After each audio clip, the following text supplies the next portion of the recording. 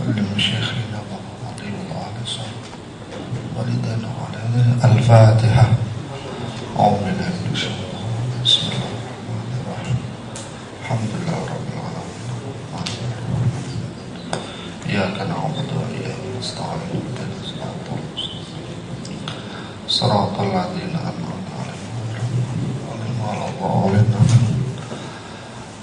Assalamualaikum warahmatullahi wabarakatuh.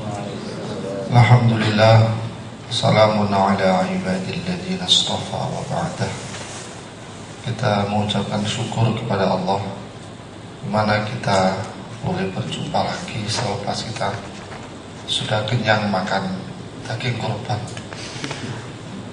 Sekarang kita ketemu, mudah-mudahan kita dalam arena tafaqquh fiddin ini memperoleh ilmu yang bermanfaat, yang diridhoi oleh Allah, dan nanti berguna bagi diri kita, keluarga kita, bangsa, agama, dan negara kita.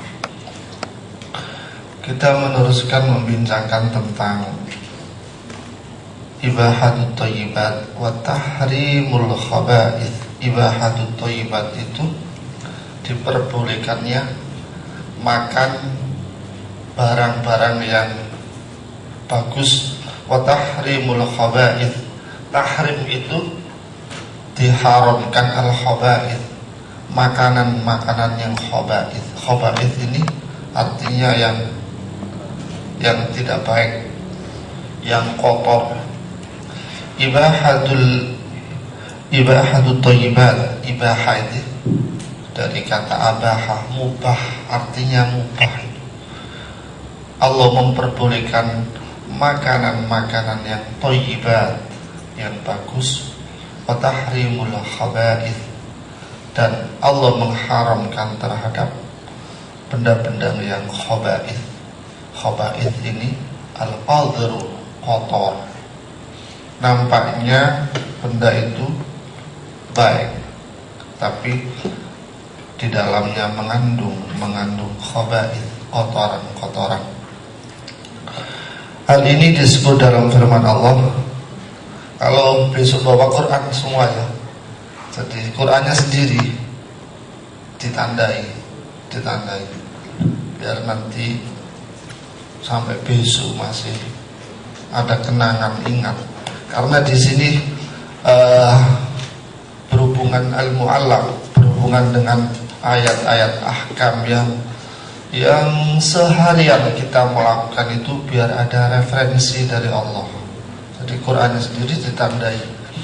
Ayat ini menerangkan makanan-makanan yang thayyibat, yang bagus, dan makanan-makanan yang khaba'ith. Karena ini menjadi isu baik secara nasional maupun antar bangsa, baik secara kebangsaan atau antar bangsa, di mana isu ini tentang makanan ini menjadi isu sensitif.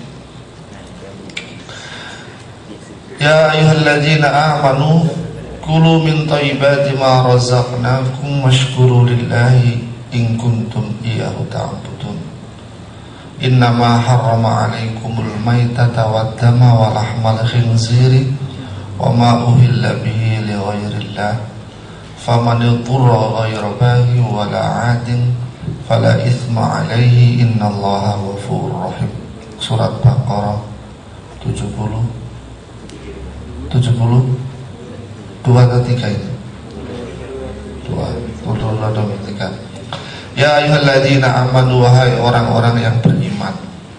Kalau ayat itu diawali dengan alladzina amanu, biasanya ayat apa? Ayat Madinah, Madaniyah, ayat yang turun di kota Madinah, atau ayat yang turun selepas Nabi Muhammad hijrah. Kalau ayat itu dimulai dengan ya ayyuhan nas, itu disebut ayat Makkiyah. Ayat Makkiyah itu ayat yang turun sebelum Nabi Muhammad hijrah. Tapi kalau ayat diawali dengan ya ayyuhalladzina amanu kulu min thayyibati ma razaqnakum. Diawali dengan amanu itu disebut ayat Madaniyah, ayat yang turun sesudah Nabi Muhammad hijrah. Karena Nabi Muhammad di Madinah itu sudah membangun sebuah konsep kenegaraan, maka di situ hubungan orang-orang yang sudah banyak beriman. Tapi kalau di Mekah masih ya ayuhan nas, masih banyak yang belum iman, maka disitulah pakai ya ayuhan nas. Ya ayyuhalladzina amanu, wahai orang-orang yang beriman, kulu, makanlah kamu sekalian, kulu, makan, min thayyibati ma razaqnakum, min thayyibat, dari benda-benda yang thayyibat, yang bagus. Ma ini ma terhadap sesuatu, apa itu, binatang, makanan, minuman.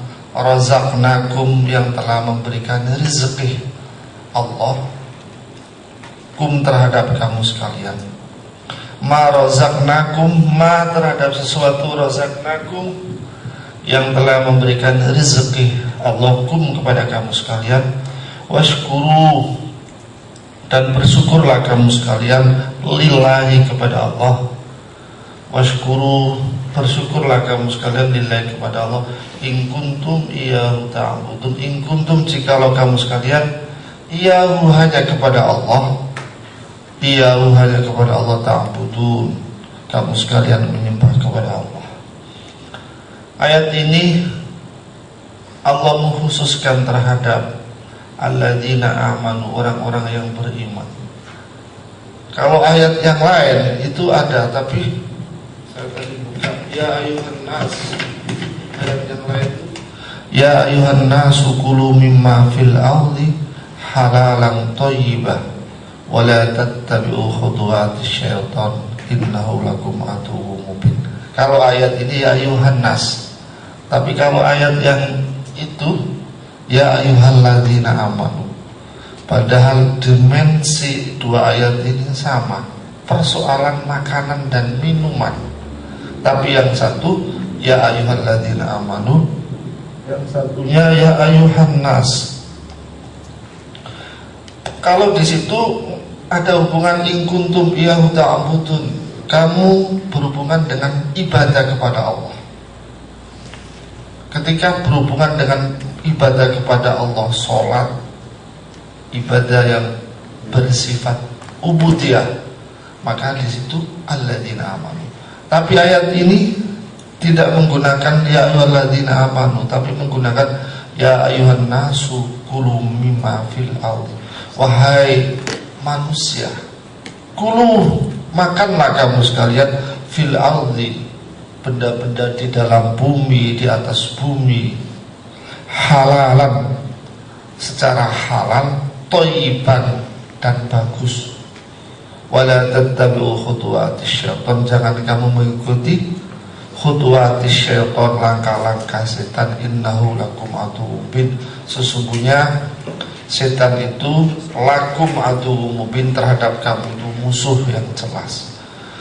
Dua ayat ini, kenapa di situ Allah punya kepentingan?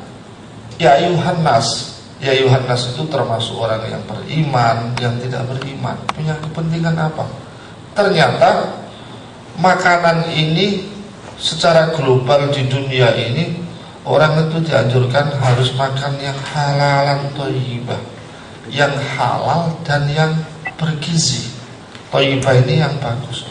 Halal saja, kalau tidak thayyibah akan menjadi penyakit. Semalam yang seminar ke sini mengatakan 30 tahun yang sekarang ini orang Melayu banyak terhinggap penyakit apa? Darah tinggi, diabetes, dan seterusnya. Karena apa? Makanannya halal tapi tidak thayyibah. Minum teh tarik itu setiap hari, padahal teh tarik kemarin itu mengandung persoalan. makan roti canai hari-hari. Padahal roti canai itu ada yang mengatakan 1 minggu dimakankan tikus itu mati.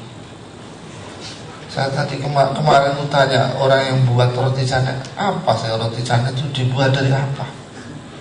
Kok boleh sampai itu? Maka disinilah pentingnya Allah jauh-jauh kulu min thayyibat, makanlah benda yang bagus. Nanti diterangkan oleh Nabi Muhammad. Makanya apalagi saya lihat ya, student makan minum itu berjalan. Makan dulu sudah saya terangkan ya.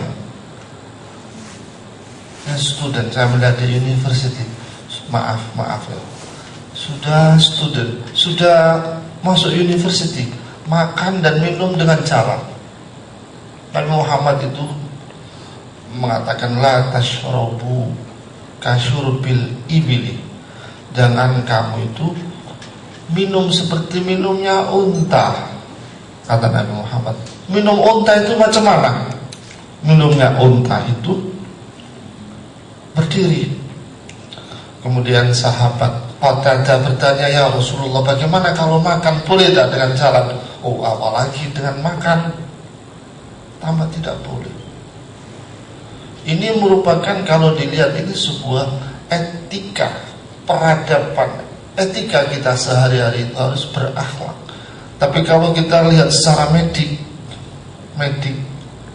ternyata orang yang berdiri minum itu lapisan di dalam perut ini membuka, jadi sterilisasi atau apa itu? Di sini tuh kan ada lubang, kalau orang berdiri itu membuka. Jadi kalau minum masuk, tidak ditapis. Tahu tapis? Tahu tidak? Kalau istilahnya sini apa? Ya Pak? Apa? Ditapis. Kita mau air terus disterilkan, dibersihkan itu apa? Ditapis. Ya benar kan? Tapis. Ketika masuk diminum tidak melalui tapisan ini. Ketika berdiri masuk dalam lapisan yang paling bawah, terjadi interaktif dengan sisa makanan yang kemarin. Disitulah terjadi metabolisme dalam tubuh, darah, urat saraf, itulah kencing manis. Nah, mulai dari kencing manis. Rasulullah adalah seorang saintis. Kalau sekedar kasyurbil ibli macam itu saja Nabi Muhammad, itu kan perlu pembongkaran analisis, baik bersifat riset, istiqra, riset, penelitian. Jadi pentingnya bagaimana makan dan etika makan. Banyak orang yang saya kalau pagi-pagi nggak makan, saya mau makan ubi-ubian itu. Tahu ubi-ubian? Ubi-ubi itu. Nah, ubi-ubian di dalam seperti apa? Bukan getah. Apa itu? Ya, keledi-keledi itu. Itu kan makanan yang tidak kena polusi, tidak kena apa itu? Virus. Tidak kena virus di dalam, tidak kena orang. Jangan hari-hari, apalagi minum minuman yang pengawet hari-hari dengan berjalan. Ini masih muda, tidak apa-apa. Ya harus berpikir 10 tahun, 20 tahun, 30 tahun yang akan datang harus dijaga. Ini kan amanat Allah, harus disterilkan. Kalau kita mau mengembangkan ilmunya Allah dalam keadaan sakit, jangankan mau mengembangkan, menghadapi sakit. Semua yang diciptakan Allah itu baik semua. Kejelekan itu interaktif diri kita. Orang sakit itu salahkan dirinya, jangan salahkan Allah. Allah sudah menciptakan yang terbaik. Oke. Jadi Begitu pula kemarin di wawancara itu tentang bagaimana makanan. Sekarang dulu anaknya orang kampung itu lebih sehat daripada anaknya orang kota, orang bandar. Karena apa? Orang bandar makannya apa? Ayam di McD yang masih syubhat kehalalan dan thayyibahnya. Kalau makanan di McD itu kan ayamnya di apa? Inject ayam yang umur 29 hari diinjek. Kalau tidak dipotong, ayam ini kan matul kawannya ya. Begitu dipotong kita makan, maka mempengaruhi psikologi kita. Kita makan matul kawan jadi nakal. Paham ya? Ingat, kenapa kita tidak boleh makan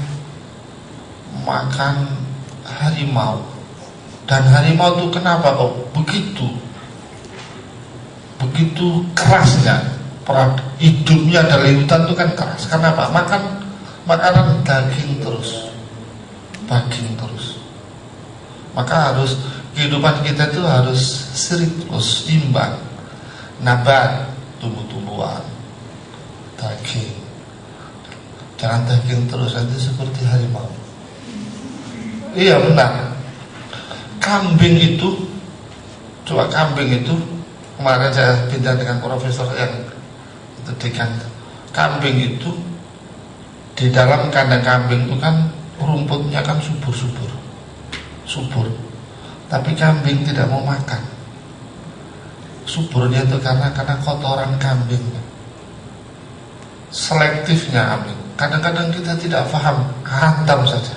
Yang penting bersih. Itu artinya tumbuh-tumbuhan yang kena baja dengan kotoran itu hati-hati juga, akan pengaruh bersenyawa dengan kotoran. Seperti rumput tadi.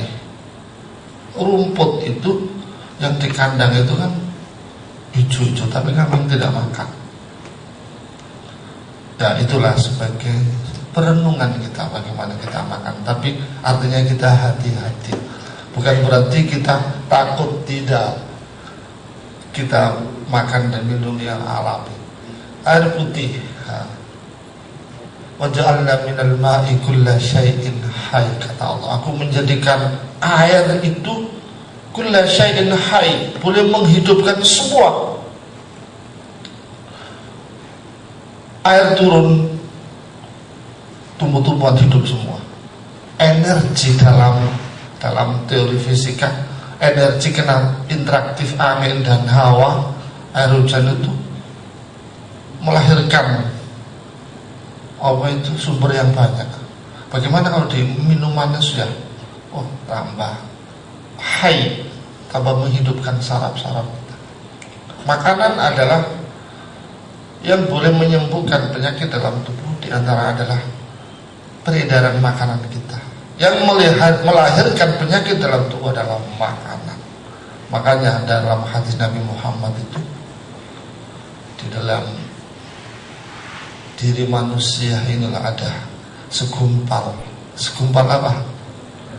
Segumpal hati atau darah yang di situ adalah sebagai puncak. Iyakum fil butun, takutlah kamu di dalam perut besar, karena perut besar adalah puncak. Artinya ya kita hati-hati di dalam makan dan minum. Di sini ayat ini, ya ayyuhan nasu kulu mimma fil ardi halalan.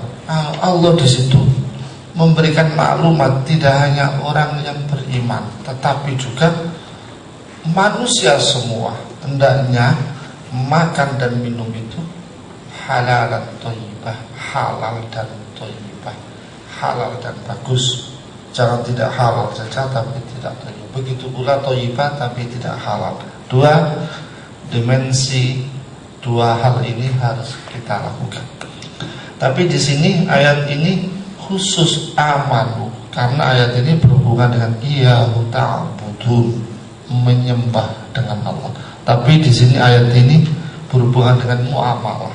Ternyata penyakit, kalau orang itu kena jangkitan penyakit itu kadang-kadang memberikan implikasi terhadap kawan yang lain.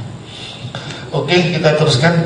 Ya ayyuhalladzina amanu, hai orang-orang yang beriman, kulu makanlah min thayyibat, barang-barang yang thayyibat, yang quality, yang bagus, terhadap sesuatu, binatang, makanan, apa, razaqnakum, yang telah memberikan rezeki Allahum kepada kamu, washkuru, kamu harus bersyukur lillahi, kepada Allah.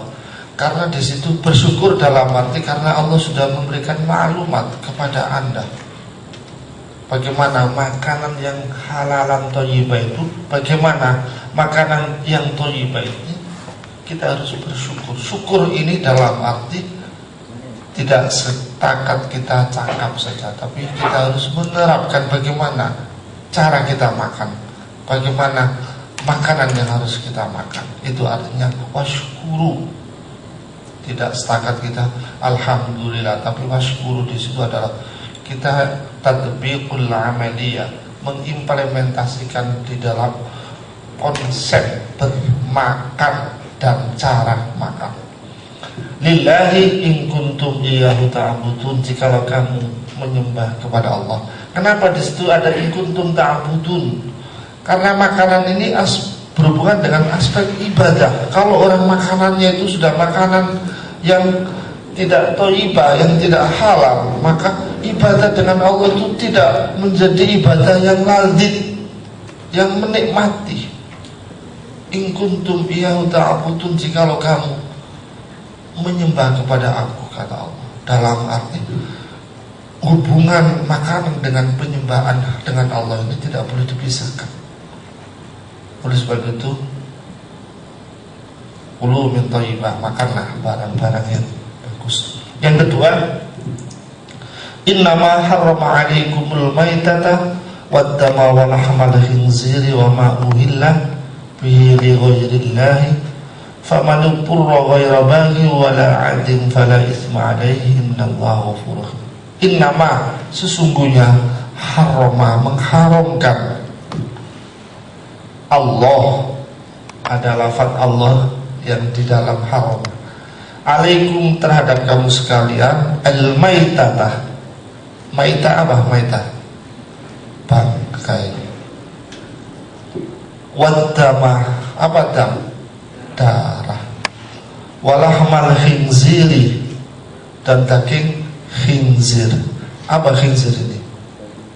Babi. Sama ya? Sama. Khinzir. Wama, binatang-binatang uhillah, yang dipotong, bihi, dengan binatang itu, li ghairillah, tanpa menyebut nama Allah. Memotong tanpa menyebut nama Allah. Faman iturra, barang siapa iturra, terpaksa di tengah hutan atau di tengah laut, tak ada apa-apa. Faman iturra, barang siapa iturra dalam emergency, maka diperbolehkan makan itu ghairu baghin. Baghin itu tidak fasad, tidak terlampau banyak, wala adin, tidak melampaui batas. Jadi kalau dalam kondisi emergency tengah hutan, kalau tidak ada makanan, cuma ada babi jalan-jalan, timpak. Kalau tidak makan babi meninggal, makan boleh, tapi secukupnya. Kenapa kok begitu? Rangsangan kita ini sudah, pertimbangan sudah meninggal, daripada meninggal lebih baik makan secukupnya. Ghairu baghi wala adin fala itsma, maka tidak ada dosa alaihi. Innallaha, sesungguhnya Allah, Ghafurur Rahim, zat yang mempunyai ghafur, zat yang pengampun, rahim, dan mempunyai kasih sayang. Innama harrama, Yang jelas di sini ayat ini menunjukkan hal yang diharamkan kepada kita terhadap makanan al-maitata, bangkai. Jelas ada persoalan bangkai. Ada bangkai, di tengah bangkainya sapi gotong dimakan, tidak boleh. Bangkai, bagaimana bangkai itu kalau dibuat makan apa itu? Ikan keli, boleh. Boleh tuh. Ada bangkai kasih makan ikan keli, ikan kelinya kita makan, boleh ya? Ya boleh. Kalau innama harrama alaikumnya itu kan kepada kita, bukan kepada ikan keli.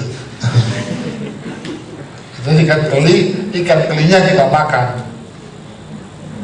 boleh kan?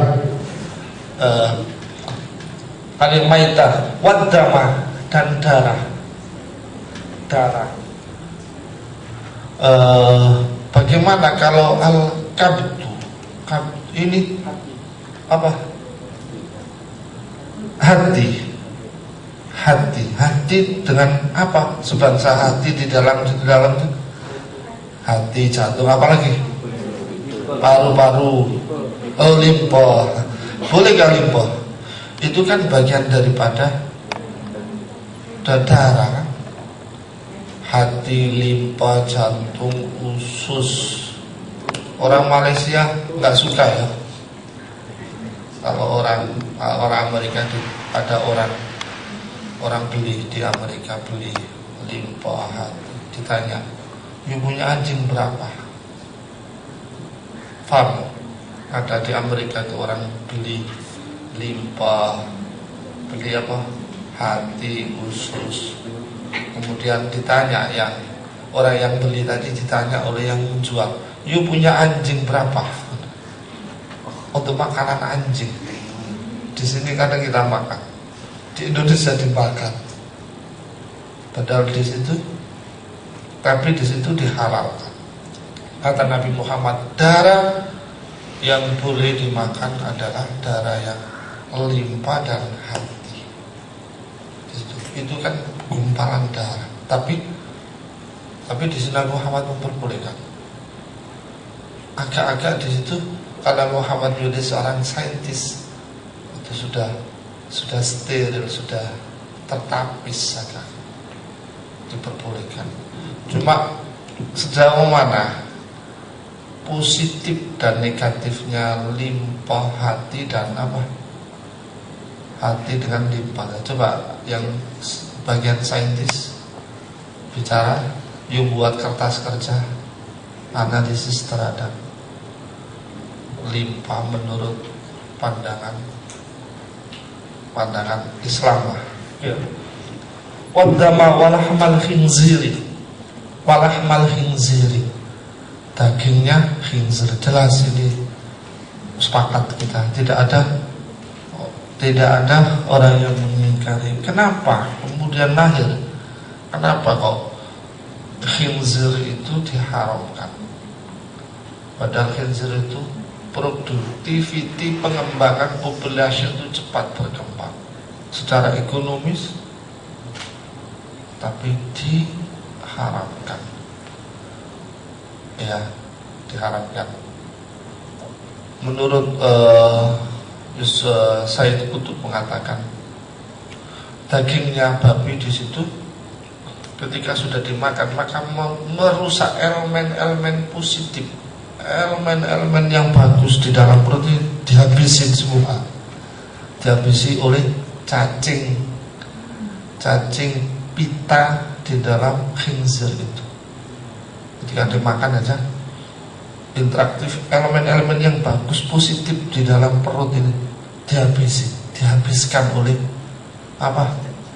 Cacing itu. Jadi dihabiskan oleh cacing pita yang di dalam khinzir itu. Hebatnya karena Allah ini membuat kita jadi tahu. Ini kita dikasih maklumat tadi, wasyukuru, terus begitu bersyukur. Tapi tidak semua orang boleh makan khinzir loh. Tidak semua kan sudah paham akhirnya. Cina pun akhirnya juga ada yang tidak juga. Tapi akhirnya orang yang makan khinzir itu kan jalannya, tahu kan, terjemahkan sendiri. Saya tak perlu terjemahkan. Kalau ada orang terjemah, oh ini kaki khinzir ini, nampak seperti orang minum. Orang minum kan nampak, oh ini kaki minum. Wama uhilla, wama binatang-binatang uhilla yang dipotong bi dengan binatang tadi li ghairillahi tanpa menyebut nama Allah. Saya pernah lihat di Malaka dulu zaman-zaman jahiliyah itu kan orang memotongkan tapi tidak menyebut nama Allah, cukup potong saja. Maka di situ tidak boleh. Kita memotong itu kan ada aturan juga di dalam Islam itu. Ketika kita memotong kambing, ayam, potong apa lagi? Lembu, kerbau, itu kan ada aturannya. Satu, jangan sampai kawannya itu tahu. Kalau antum memotong kerbau ya, sapi itu ya, kawannya tahu, dia akan berontak. Makanya dalam Islam kalau memotong jangan sampai kawannya tahu, apalagi istrinya.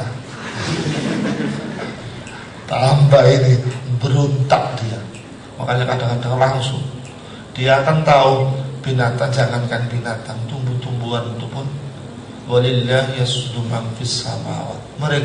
Mereka pun sujud kepada Allah.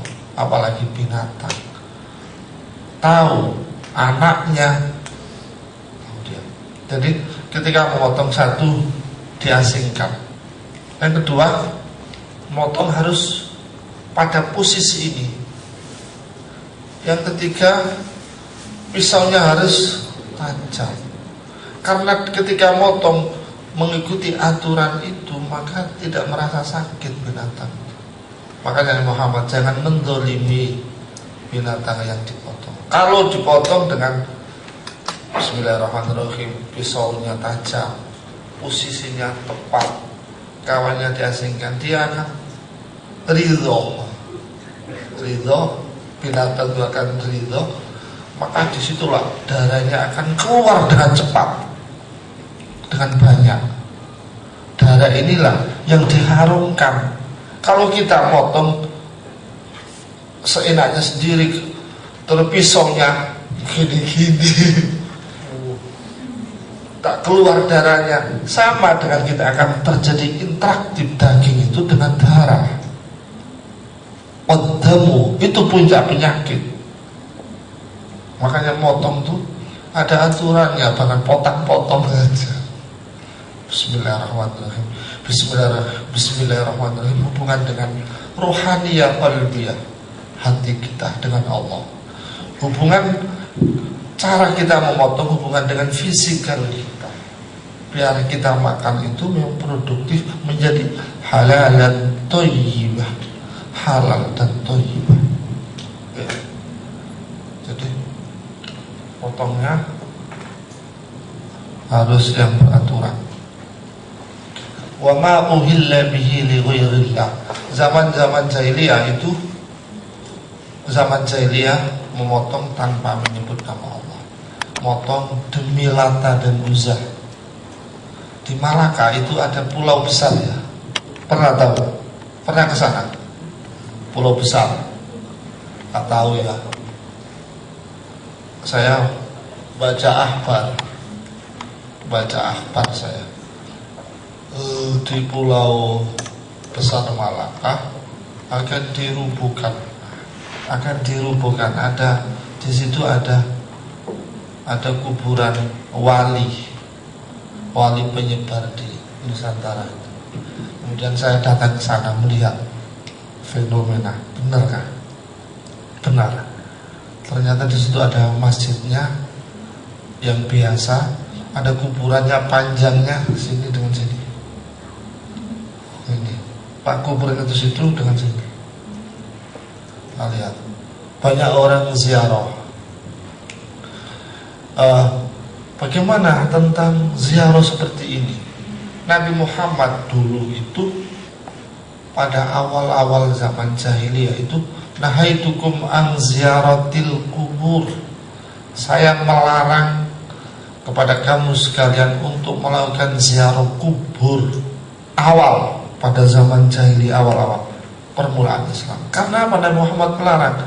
Karena ideologi ketauhidan, keyakinan tauhid. Orang-orang saat itu mempunyai keyakinan orang yang sudah mati itu memberikan rahmat, barokah, manfaat, dan seterusnya. Oke, Nabi Muhammad saat itu melarang karena biar tidak terjadi pencemaran. Tahu pencemaran? Pencemaran keyakinan tauhid kepada Allah. Maka dibersihkan. Nabi Muhammad melarang. Kemudian ketika Islam sudah kuat, sudah kokoh, orang-orang sudah memahami Islam, pemahaman Islam sudah mantap. Nah, fazuruha, Nabi Muhammad menganjurkan untuk ziarah kubur. Fa innaha tudzakirul maut, karena sesungguhnya ziarah kubur itu untuk mengingat mati. Jadi hadis yang pertama tadi, kalau dalam teori nasikh, dalam teori usul fikih, dihapus dengan hadis yang kedua. Ketika saya melihat di Malakah, ternyata benar, banyak orang yang ziarah. Ada yang ziarah itu memang orang yang faham, seperti kita faham ziarah mendoakan. Ada juga yang ziarah minta-minta. Maka bagi yang minta-minta inilah yang harus dilarang. Yang ziarah untuk mendoakan tetap dianjurkan. Waktu itu ada pemotongan kambing 7. Saya lihat, wah ini nazarnya, wa ma uhilla li ghairillah. Dan dipotong. Kalau dipotong dengan nama Allah saya halal. Tapi kalau motongnya nazar demi Lata dan Uzza, nazar karena ini, itu yang tidak boleh. Maka saat itu pemotongan 7 kambing saya tidak makan subuhat nanti, karena dikhawatir itu. Tapi kalau motongnya dengan nama Allah nggak apa-apa. Tapi kalau namanya nazarnya untuk selain Allah, maka disitulah tidak boleh.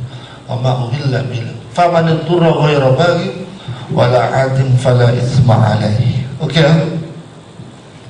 Barangkali ada pertanyaan. Oke. Makan tadi. Kalau kulit kita makan. Kulit. Kita sendiri lah. Kulitnya kambing. Manusia. Kulitnya kambing masih. Manusia. Kadang kita kumpis ya. Dia. Kalau tak sengaja kan tidak apa-apa. Nggak sengaja. Tapi kalau sengaja, kalau sengaja ya, bagaimana makan kulitnya? Kuku dalam gigi. Kalau itu kan tidak sengaja kan. Tapi pada dasarnya memakan dagingnya tidak boleh. Apa? Hukumnya? Sama dengan makan dagingnya manusia, hukumnya asalnya adalah tidak boleh. Tidak boleh. Begitu pula kulitnya. Oke. Apa lagi? Beza makan dengan apa yang kita potong tanpa sebelum Allah. Apa bangkai dengan binatang yang disembelih bukan nama Allah? Kalau penyembelihan tanpa nama Allah itu disebut bangkai juga. Tapi kalau membawa kereta terus nabrak ayam, itu kan bangkai juga kan, bukan dipotong. Paham? Bawa kereta terus ada sapi besar, langgar, sapinya meninggal, cepat-cepat mau dipotong tak sempat, maka di situ disebut bangkai. Semua kedua-duanya bangkai.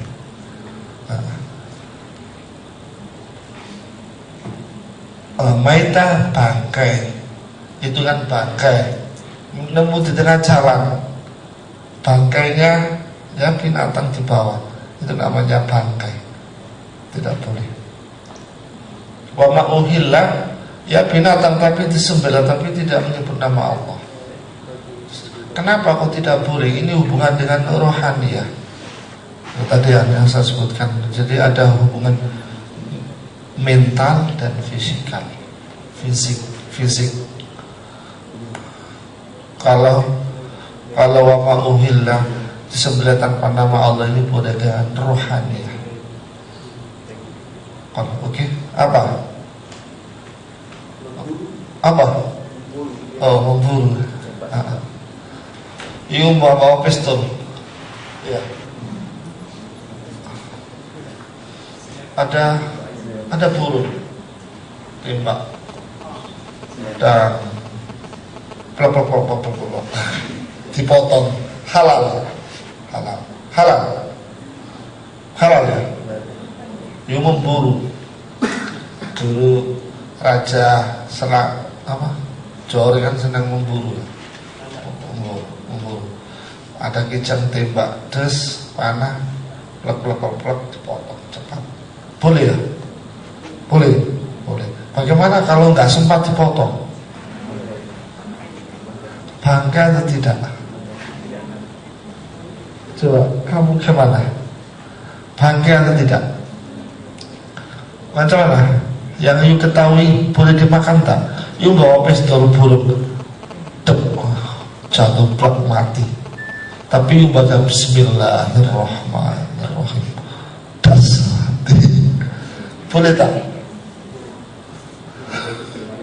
Boleh.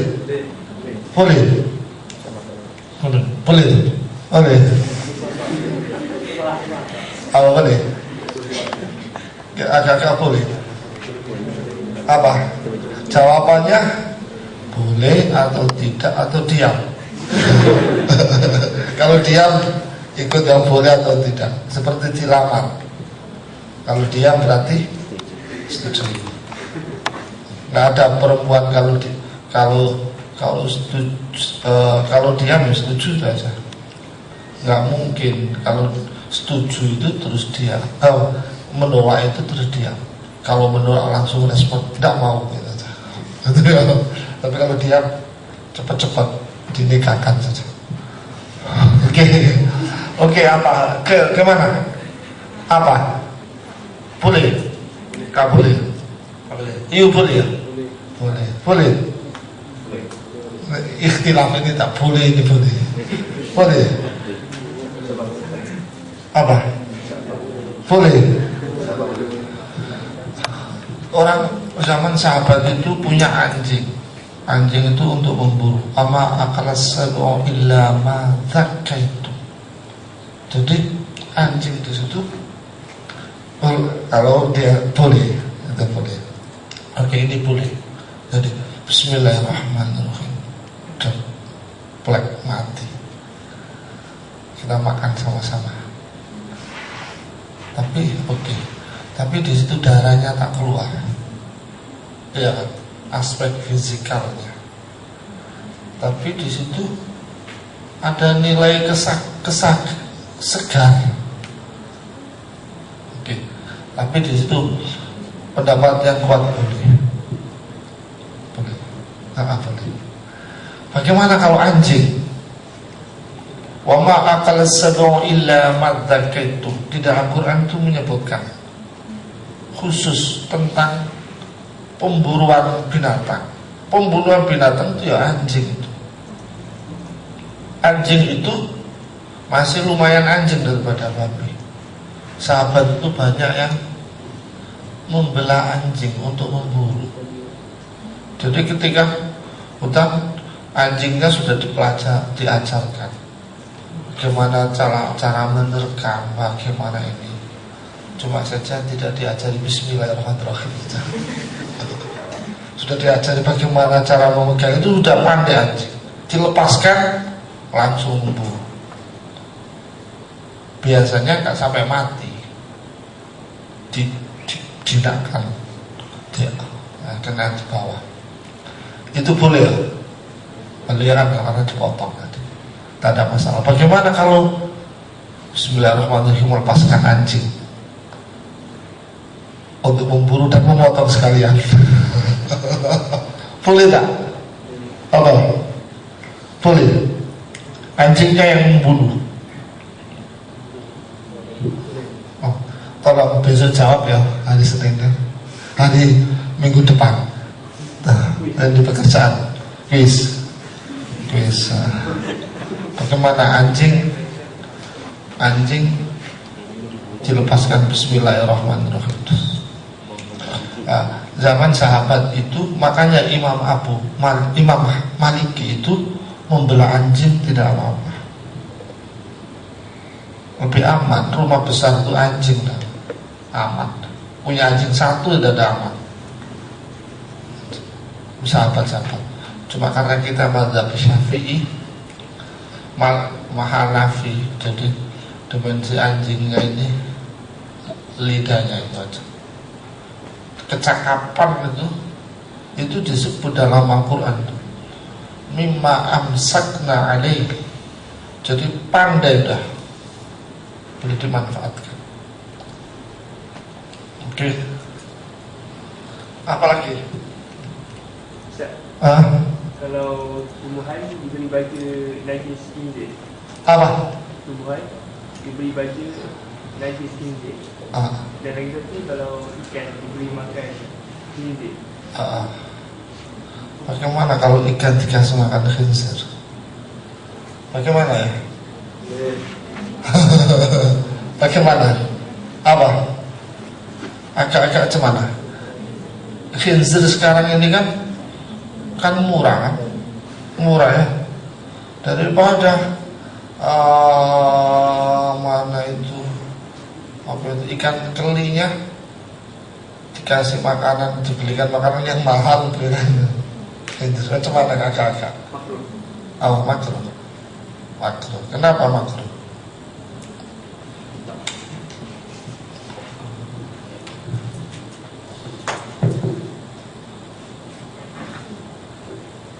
Iya, bagaimana?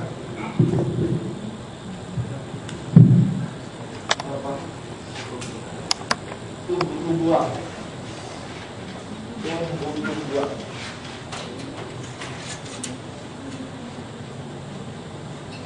Bagaimana coba itu tadi?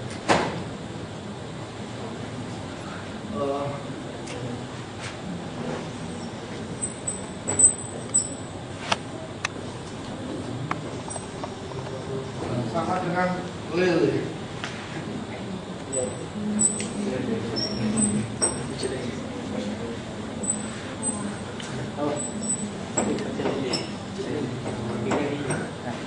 Di sini dikasih baca. Kasih baca kotoran. Ini juga dikasih khinzir. Dikasih khinzir. Bagaimana hukumnya? Ini ada al-haramu bayyinun, al-halalu bayyinun, wal-haramu bayyinun, wa bainahuma syubhatun. Al-haram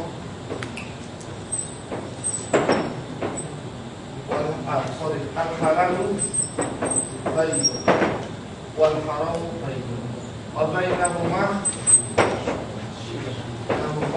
syubhatun.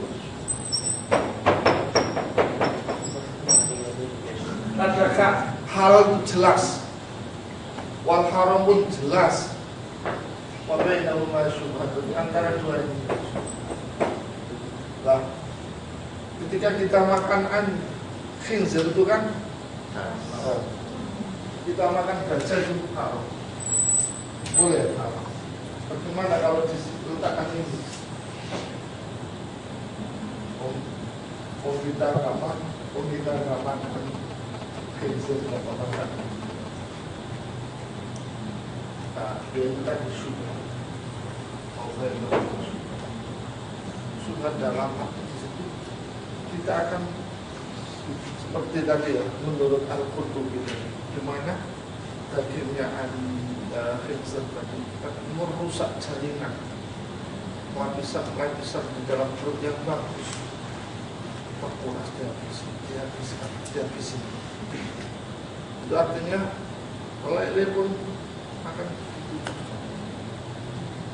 Ketika di khinzir digoreng itu masih tetap pengaruh karena tidak terbunuh. Bagaimana kalau di lele ya seperti itu? Maka kita makan. Nah, ini baik.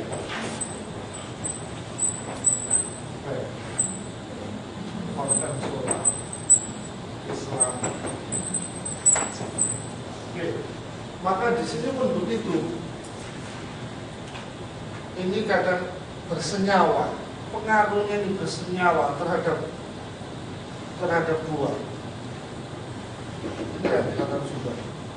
Kalau kita makan milon. Kalau dikasih gula kan tambah manis. Iya kan? Milon. Tembikar ini kan saya melihat di sungai besar itu orang menanam milon dan tembikar tadi dikasih 4 bulan tambah manis. Iya kan? Benar lah, itu kan pengaruh. Itu artinya pengaruh. Ini pun pengaruh juga.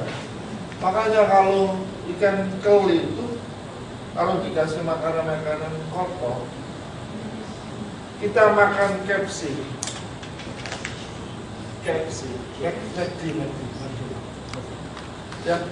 yang ayamnya tadi. Ayo Ustaz, mana ayamnya? Ini kan makan dari hal-hal yang subhat semua. Oke, ini kan subhat, injekannya itu masih kan pengaruh psikologi, Ibu kan begitu, ini begitu juga. Terakhir bank konvensional jelas haram. Bagaimana umat Islam? Ada 2, al-ismu, al-musamma. Namanya Islam, tapi Islam esensinya, tahu esensi, prakteknya itu, sistem yang dibangun itu, tahu esensi, apa esensi? Nilai dalamnya itu. Jadi ada, kalau ini jelas haram. Oke. Bagaimana bank Islam? Ada bank Islam itu al-ismu, nama Islam. Tapi praktek sistemnya masih konvensional. Seperti ada beasiswa pinjam mengembalikan dengan bunga yang oke. Apa tidak konvensional? Konvensional. Dirumuskan sendiri. Oke. Yang tidak itu Islam sama sistemnya Islam benar-benar Islam. Jadi ini semua itu subhat. Hari-hari kita makan subhat sebenarnya. Hari-hari kita interaktif subhat. Bagaimana kita menghindari itu? Jadi coba kita melakukan pembersihan darah kita dengan yang bersih. Kalau yang lain-lain darah kita, roh kita untuk keluarga kita. Ya ini namanya wabainahuma syubhatun. Islam, tapi namanya Islam saja, prakteknya tidak Islam. Ada tuan guru saya di Jawa sana cakap, justru itu banyak orang dimasukkan neraka, kata Allah. Tapi dimasukkan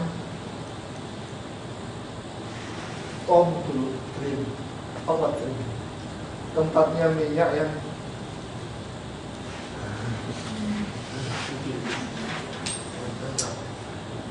tempatnya minyak itu loh, Apa? Atau apa namanya? Apa? Tadi apa? Tempatnya minyak masukkan. Itu seperti itu. Jadi kata dulu justru orang itu dimasukkan neraka, tapi sebelum dimasukkan tong masukkan tong dulu dilemparkan neraka. Dan protes Allah. Ya Allah, kenapa saya dimasukkan neraka? Saya melakukan ini. Kata Allah, saya tidak masukkan kamu ke neraka, masukkan tongnya, masukkan tempatnya, tapi kamu di dalam. Ya orang-orang yang makan subhat. Tapi tidak, saya tidak mengatakan itu. Jadi, tapi kita coba menghindari. Paham? Seperti itu tadi. Apa khinzir tadi? Ini kan masih ada. Masih jiwa kita masih ada. Apa itu? Bayangkan kita makan khinzir secara tidak langsung. Makan khinzir. Seperti ini. Seperti Ajinomoto itu di Jawa ramai tentang Ajinomoto itu karena senyawanya khinzir, aromanya, iya, kalau yang menjadi isu bagaimana Ajinomoto di sini? Kalau membawa dampak negatif jiwa, maka di sinilah yang disebut halalan thayyibah tadi. Tidak thayyibah. Makanya jangan makan Ajinomoto hari-hari. Makan lebih sehat, tidak sehat dan sedap, tidak sedap. Ajinomoto haram masuk aja. Bukan berarti kalau mendekati tubuh maka menjadi haram. Wala tulqu bi aydikum ila tahluka. Jangan kita memperosokkan diri kita dalam kebinasaan. Ya, kalau Ajinomoto itu coba riset, teliti sejauh mana dampak. Sudah ada meneliti. Coba teliti ada. Sudah teliti Ajinomoto sejauh mana? Coba nanti buat kertas kerja ya. Ajinomoto itu kan kalau hari-hari itu kalau dampaknya fasad di dalam diri kita ya, jadi diharapkan. Oke. Itu tadi. Kalau makan lele, ya rumuskan sendiri ya, subhan.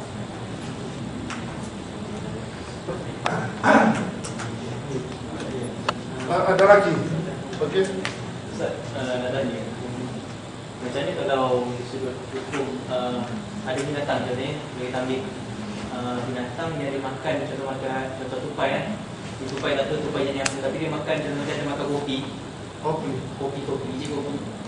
biji kopi yang terpilih. Contoh macam dia memang kualiti dia memang bagus. Sebab apa persoalan yang timbul di sini ada setengah-setengah tempat dia membenarkan contoh macam daripada najis tupai tu dia buat kopi. Sebab apa ada sampai jenis kopi tu kopi najis tupai tapi boleh minum. Tapi kalau Malaysia ni memang tak dibenarkan. Sebab apa dia dalam konteks najis. Itu dalam tak pandangan besar tu kan. Kalau tupai, kopi tupai ada ya? Ada. Usah binatang lah, binatang. Usah di sana. Itu namanya keyakinan bahwa itu menyehatkan. Karena orang sudah terstigma dirinya minum kopi ini tambah sehat. Tapi kalau lihat kopi itu sejauh mana kopi itu interaktif dengan kotoran. Kalau orang makan nekel, tahu nekel? Ini masuk, bersenyawa kan? tak bersenyawa, maka tidak najis. Nanti boleh dicuci lagi. Selesai, cincin masuk, kalau masuk, najis tak? Zatnya tak najis, maka boleh disucikan najis. Oke, disucikan, boleh suci. Bagaimana kopi? Kopi itu bersenyawa tak? Maaf, orang buang air besar, sorry ya. Kalau orang kampung-kampung yang dekat laut, tahu? So, turun jas, airnya naik, najis tak air itu? Turun jas, naik air, najis tak? Bersenyawa tak? Kalau bersenyawa, najis. Tapi kalau bersenyawa, kalau biasanya ngumpulnya itu ya tidak najis karena ini benda berat, jas naik. Oke, kopi itu bersenyawa tak? Yang jelas haramnya itu karena sudah kotoran, kotor, tidak boleh lah. Saya juga setuju itu. Tapi yang memperbolehkan kita analisa, kopi itu bersenyawa tak dengan perutnya musang? Kalau bersenyawa ya haram mutlak.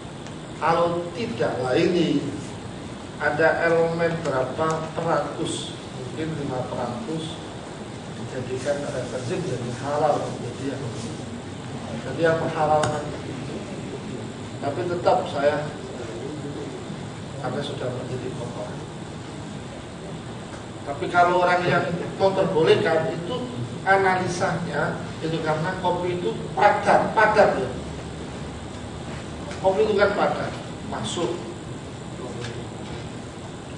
Ya, di Indonesia ada Sulawesi. Itu ya orang yang jadi orang yang memperbolehkan itu aspek karena dianggap kopi ini tidak bersenyawa. Oke, ada lagi. Di sini ada kopi. Ada. Tidak ada. Oke. Oke. Dari segi masakan daging, ada wajib dengan pemanasan untuk jadikan daging halal masak. Ada wajib dengan panas dari segi bakar api atau rebus. Ataupun dengan limau itu boleh diganti. Seperti apa? Sebab saya dengar segi wajib untuk masakkan daging dengan daging yang coba ulangi. Daging yang tak masak lagi guna pemanasan. Contohnya rebus, bakar. Jadi tanya, adakah dengan cara lain kita masak dengan kalau guna asam ke limau, asid tu kita masak daging dengan asid, boleh tak? Terhadap daging yang halal. Halal. Ada berapa? Saya ada pernah belajar apa ni resipi tak boleh. Gimana? Jadi daging itu kan asalnya kan halal, kemudian dimasak dengan kalau dengan selain berapi, selain berapi. Selain dengan api. Apa? Asid kita perang. Ada satu kalau kat England dia biasanya masak daging dengan dia perang daging. Dia tak masak, dia menjadi busuk, lama-lama tak jadi sedap. Kalau dibusukkan. Dibusukkan. Hukum untuk makan daging itu tidak. Itu kan secara agama kan boleh halalan. Cuma toibah atau tidak? Toibah bagus tak? Membawa pengaruh dampak positif tak terhadap diri? Kalau di situ membawa diri manusia tidak apa-apa, ya boleh. Tapi kalau membawa dampak negatif, cuma sedap saja tapi membawa karena sudah busuk tadi. Tapi yang jelas daging halal wa al-aslu fil asya al-ibah ma la yadullu ala tahrimiha. asal semua itu halal semua. Illa ma yadullu ala tahrimiyah, kecuali ada sesuatu yang dalil yang menunjukkan keharamannya ya. Ya tadi. Jadi kalau itu masih tetap Daging besar, apa? daging besar tidak pasti. Boleh. Kalau asalnya memang halal. Dah kan Apa? Lah, kecuali darah itu kan haram. Ada darah yang membeku seperti ini boleh, tapi darah masih harga sayanya enggak. Nah, kalau di situ dagingnya itu berupa daging darah sedikit-sedikit akan dicuci itu aja. Tapi pada dasarnya darah itu haram. Oke, tapi Nabi Muhammad pernah menyuruh ada seorang sahabat. Oke, ada seorang sahabat yang sakit ya. Ada seorang sahabat yang sakit, kemudian datang Nabi Muhammad disuruh minum apa? Disuruh minum kencingnya unta. Ada seorang sahabat yang sakit, datang Nabi Muhammad. Kemudian orang ini disuruh minum kencing unta. Kencing unta boleh tak? Maka Nabi Muhammad itu melihat, oh orang ini wajahnya sudah berubah. Oh ini sakit ini, obatnya ini. Karena orang sakit itu kan dirinya ada racun, maka dibunuh dengan racun. Pil-pil yang kita makan itu kan sebagian ada racun yang dibuat untuk membunuh. Dan Muhammad ketika ada sahabat datang, oh wajahnya sudah berubah, sakit ini, suruh minum. Maka lahir hukum menurut Imam Abu Hanifah, kencingnya binatang yang halal dimakan itu tidak najis. Menurut Abu Hanifah, menurut Imam Syafi'i tetap saja najis, hanya itu kalau untuk obat baru. Tapi obat pun harus melalui medik, seorang pakar dokter. Oke, pakar dokter. Jadi orang sakit itu kena racun, harus dibunuh dengan racun. Sahabat yang datang keracunan, bunuh dengan racun nanti. Tapi lahir hukum menurut Abu Hanifah dan Imam Syafi'i. Al-Quran di sini kan tidak cuma menjelaskan 4 perkara tadi ya. Kemudian Nabi Muhammad yang menjelaskan. Kemudian para a'imah yang menjelaskan secara jelas. Oke. Al-hukmu al-awwal hal al-muharramu fi ayatil maitati al-aklu amil al-intifa'. Sudah ada pertanyaan? Oke. Hukum yang pertama, keharaman di dalam ayat tentang al-maitah al-aklu, apakah hanya makan saja atau boleh al-intifa', mengambil manfaat? Yang jelas haram makan. Tapi bagaimana kalau mengambil intifa' manfaat? Boleh tak? Ini seperti you tadi jumpa bangkai tengah jalan. Oh sayang, kita ambil bawa pulang saja. Bawa pulang, tapi kulitnya al-intifa' dimanfaatkan. Boleh. Kulitnya dimanfaatkan untuk apa? Boleh. Yang tidak boleh adalah makan daging. Bagaimana kalau kulitnya dimakan? Sama. Nabi Muhammad itu pernah hilang.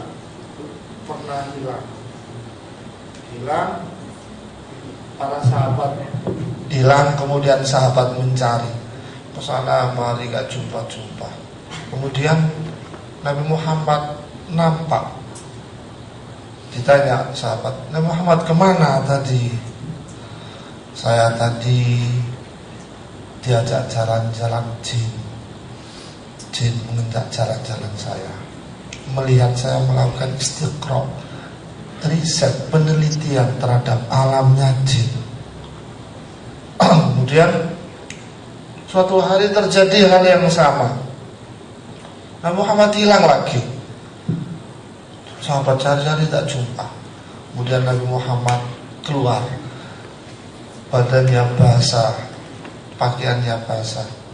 Ditanya, Nabi Muhammad kemana?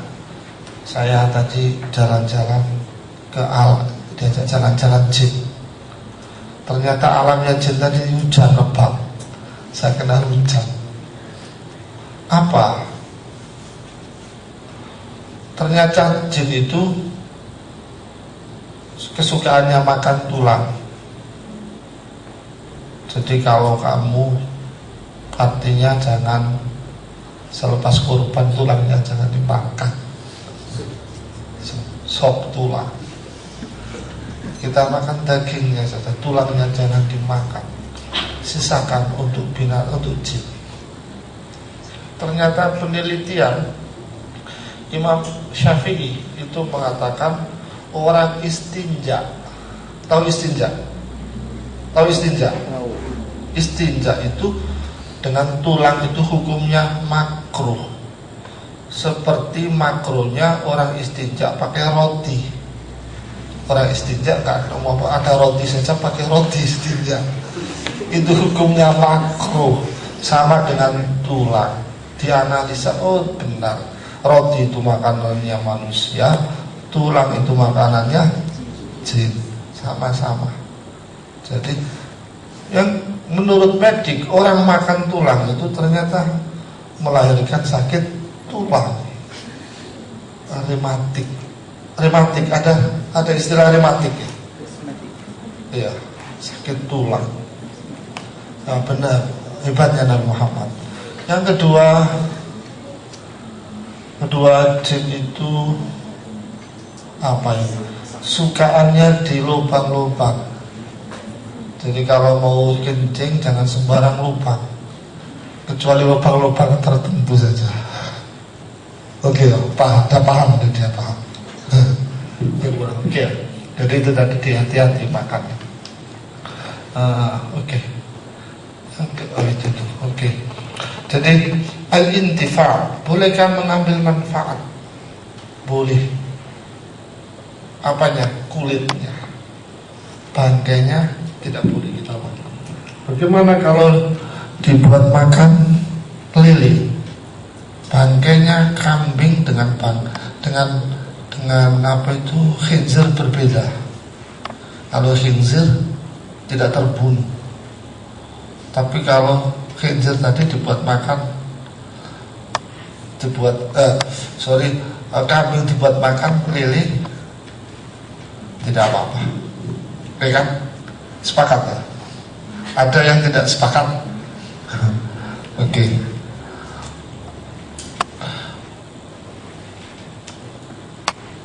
Oke, Al-Imam Al-Jassos mengatakan, Imam Al-Jassos ini Imam Al-Jassos ini adalah Al-Imam yang mengikuti mazhab Hanafi. Wala yajuzu al-intifa bil maitati ala wajhin. Tidak boleh. Yang penting kalau sudah bangkai-bangkai. Ternyata dalam penelitian di hospital di Solo itu menemukan jantung manusia itu yang lebih efektif itu adalah jantungnya khinzir.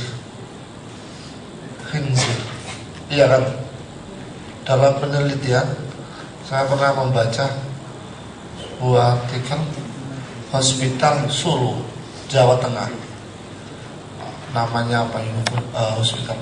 Di situ menemukan bahwasanya yang lebih efektif jantungnya manusia itu adalah jantungnya khinzir. Boleh tak? Boleh tak? Gigi ini bagaimana kalau giginya khinzir? Karena efektif. Kalau ada seorang dokter mengatakan yang paling bagus adalah giginya apa? Khinzir. Boleh tak? Apa? Kuis. Oke, gimana? Dijawab sekarang. Kira-kira agak-agak boleh tak? Tak boleh. Tak boleh.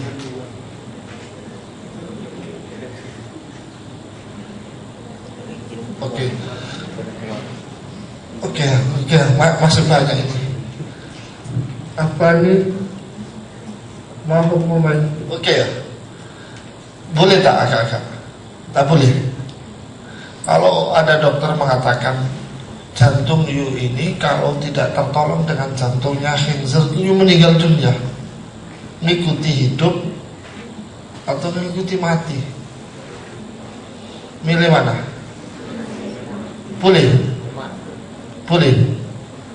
Kalau ada dokter, pakar dokter mengatakan Yu ini bukan kamu, Yu ada orang ini, Yu ini boleh sembuh dengan pakai jantungnya khinzir. Gigi kamu ini efektif, boleh bagus dengan giginya khinzir. Boleh tak? Tak boleh. Agak boleh.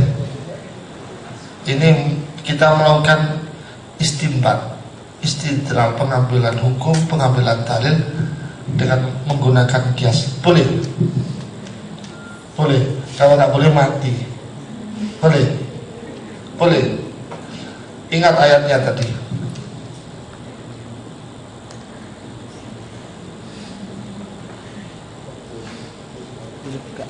Ayatnya tadi. Faman iturra ghairu baghin wala 'atin fala itsma 'alaihi. Kalau dalam emergency itu tidak apa-apa. Jantungnya orang katup dengan jantung anjing, tidak apa-apa. Ini namanya faman iturra ghairu baghin. Ini metode kias Imam Syafi'i. Tetapi kalau gigi nanti dulu. Gigi itu kan tahsiniyat, bukan dzururiyat.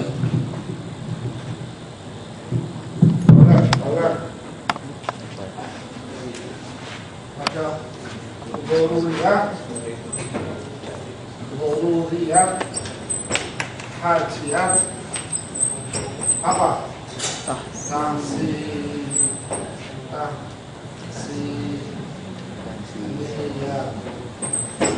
Dzururiyah ini sudah pada emergency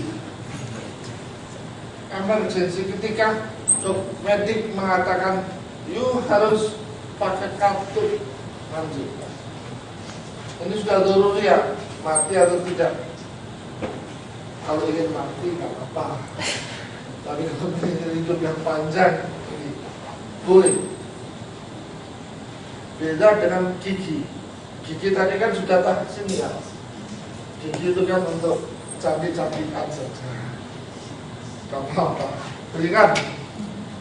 Jadi kalau gigi pakai kartu giginya apa? Khinzir, harus tahu.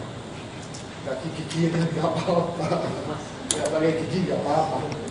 Oke, terus cangkok apa? Cangkok apa itu? Cangkok, tapi itu jantung. Kalau istilah cangkok. Kalau di sini apa orang derma darah? Derma darah aja. Derma darah. Itu hukumnya gimana? Boleh ya? Boleh.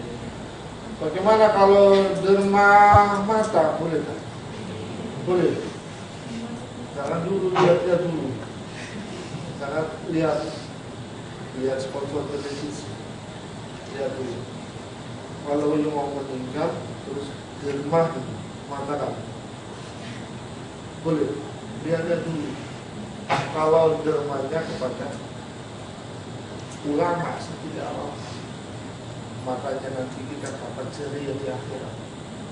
Ya kalau dermanya ketepatan orang yang peminum, akhirnya dapat dosa di kuburan. Dapat dosa kan terus kan. Jadi harus tidak boleh, harus dilihat. Kalau darah harus pastikan darah kepada siapa. Jangan ada kemanusiaan kita apa-apa, tapi kalau orang peminum. Nah, untuk tadi walaupun karomna dari agama Allah, orang yang mati itu sebenarnya hidup. Makanya di dalam kitab-kitab klasik, orang yang baik pemilu, orang yang baik, cepatkanlah saya sampai di kuburan, karena di kuburan itu raudhatun min riyadil jannah, karena kuburan di situ adalah taman surga. Qadimuni yang baik, itu artinya orang yang mati itu hidup. Cuma kita tidak tahu keterbatasan kita saja. Kalau dalam kitab klasik, orang yang baik ketika sudah meninggal, tolong saya dimandikan dengan mandi yang halus, jangan kasar-kasar, sabun yang halus. Selepas sholat qadimuni, cepatlah saya bawa ke kuburan. Itu artinya hidup, cuma kita saja. Bagi orang yang jahat, saya mau dibawa kemana? Itu artinya jangan sembarang kita dermakan. Hal ini mahal, harga diri mahal. Ini mata kita mahal, jangan dermakan sembarang orang. Itu harus ditinjau lagi aspek hukumnya, kemanusiaan. Tapi kita wala tulqu bi ahdikum ila jannah, kita terperosok. Oke, cukup ya. Cukup ya. Cukup. Teruskan besok lagi.